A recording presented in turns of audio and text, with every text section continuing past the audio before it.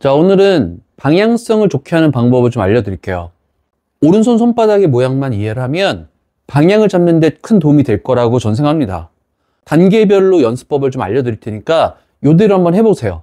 방향성을 높이려면 스퀘어가 뭔지를 인지하면 좋아요. 자, 채를 이렇게 생긴 대로 놨어요. 이 모양이 스퀘어예요. 셋업 때 이 모양, 스퀘어. 맞을 때도 이 모양이 되면 똑바로 갈 확률이 높아지죠. 물론 오늘은 채가 다니는 길에 대한 이야기는 안 할 거예요. 스퀘어를 만드는 거에 대한 집중을 한번 해볼게요. 헤드면이 이렇게 스퀘어로 만들어진 상태에서 그립을 잡아요. 그때 오른손 손바닥을 이렇게 잡잖아요.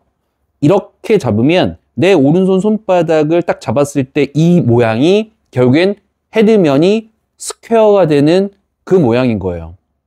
그러면 맞을 때 내 오른손 손바닥이 이렇게 맞으면 헤드면은 스퀘어가 된다는 얘기고, 이렇게 되면 헤드면도 똑같이 열리겠죠.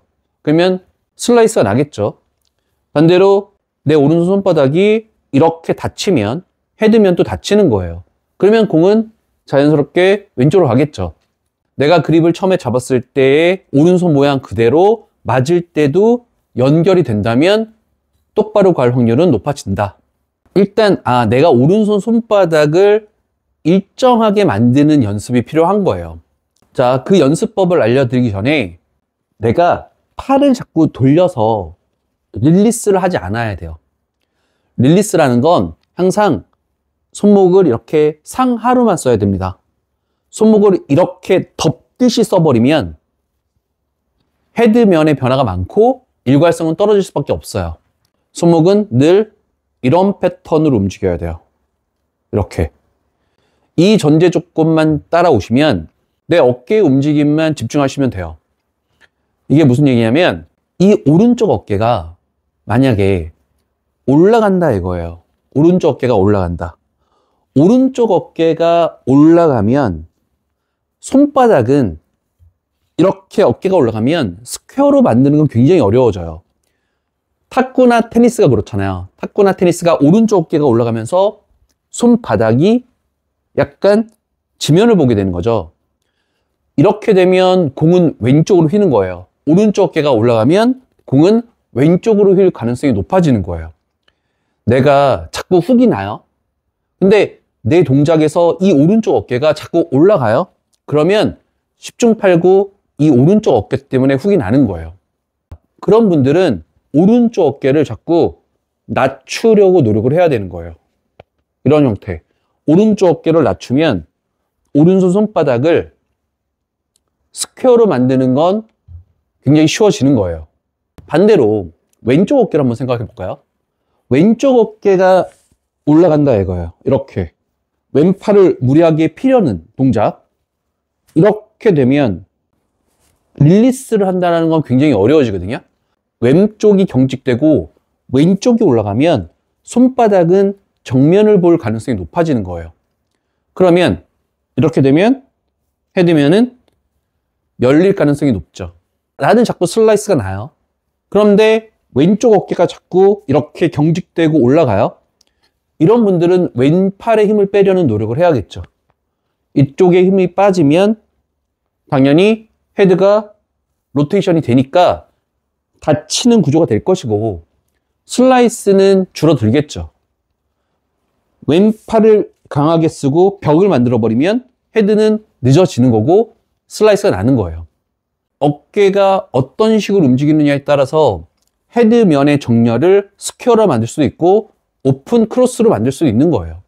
그래서 항상 저는 이 어깨를 내리고 양 어깨를 내리고 목을 넓혀주세요 라는 말을 되게 많이 쓰거든요. 어깨를 내리고 목을 넓힌다. 이런 형태. 목을 최대한 길게 빼려는 노력을 해주신다면 분명히 큰 도움이 되실 거예요. 이제 스퀘어로 만드는 노력을 하는 데 있어서 가장 쉬운 건 저는 한 5, 60m 어프로치가 생각하거든요. 샌드로 내가 50을 치겠다.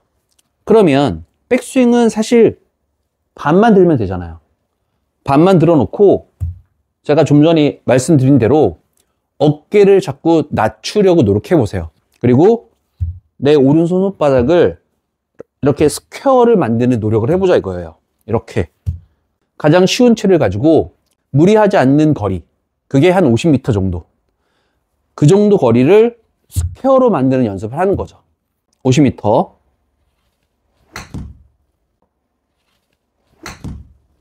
최대한 어깨를 내리고 손바닥을 스퀘어로 유지한다. 이 영상을 보시고 그냥 말로만 이해하면 안 돼요. 내 감각을 길러야 되는 거예요. 반복적인 연습을 통해서 스퀘어로 다니는 감각을 늘려야 되는 거예요. 그래서 연습이 중요한 거예요.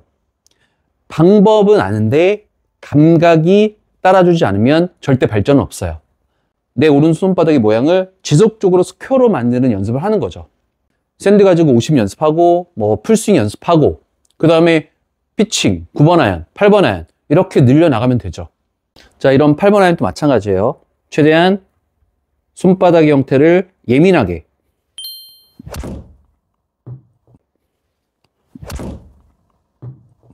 최대한 스퀘어로 다니는 노력을 자꾸 반복적으로 하다 보면 아, 내 손바닥을 어떻게 썼을 때, 내 어깨를 어떻게 내렸을 때 똑바로 가는구나. 감각이 만들어지는 거죠. 이제 문제가 하나 생기죠. 이제 릴리스에 대한 부분이에요. 릴리스도 마찬가지예요. 릴리스도 손목을 이렇게만 쓴다면 어깨에서 다 방향을 잡는 거라 저는 생각합니다. 손목을 이런 식으로 돌리지만 않는다면, 손목을 이렇게만 쓴다면 릴리스를 하더라도 일괄성을 만들어낼 수 있는 거예요. 이것도 마찬가지예요. 어깨를 최대한 낮춰야 돼요. 양쪽 어깨 다. 릴리스를 할 때도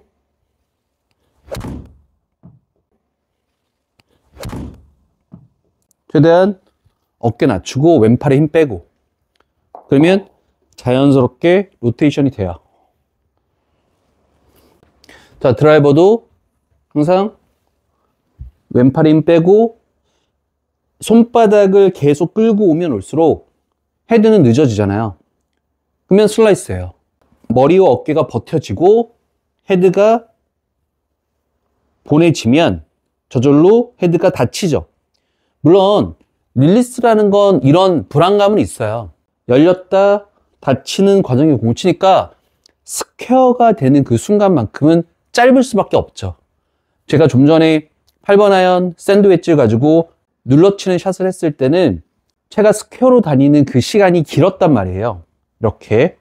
근데 지금은 풀어주는 거니까 스퀘어가 되는 그 순간만큼은 짧을 수밖에 없죠. 하지만 릴리스를 하는 목적에는 큰 힘을 들이지 않아도 멀리 갈 수 있다는 또 장점이 있으니까 뭐 힘이 없는 아마추어 분들은 뭐 선택의 여지가 사실 없죠. 손목을 잡고 뻣뻣하게 힘을 주면 속도는 안 나는 거고, 힘을 빼고 털어주면 속도가 나는 거고, 그런 거니까 비거리를 내기 위해선 릴리스를 해야 되는 거잖아요. 그리고 좀 높은 탄도를 치기 위해서도 릴리스를 해야 되는 것이고, 머리만 뒤에 남겨놓고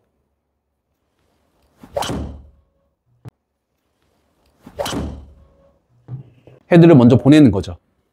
내 손바닥의 모양이 어떤 모양으로 임팩이 됐을 때 똑바로 가는구나를 이해해 주셔야 돼요.